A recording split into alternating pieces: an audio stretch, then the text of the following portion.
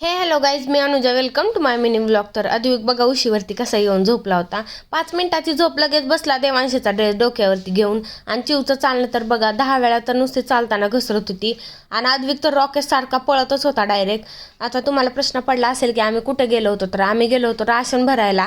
तरी लेकरं थांबतात हो एका जागेवरती, एक दिल्लीला तर एक कलकत्त्याला पळत होतं. आणि अद्विक तर डायरेक्ट त्या दुकानाच्या गोडाऊनमध्ये गेला होता अंधारात एकदम.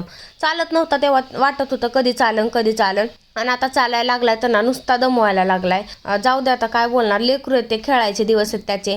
आणि त्या शेटने याला ना दुकानावरती कामाला ठेवलं होतं म्हणून तिथे काम करत होता.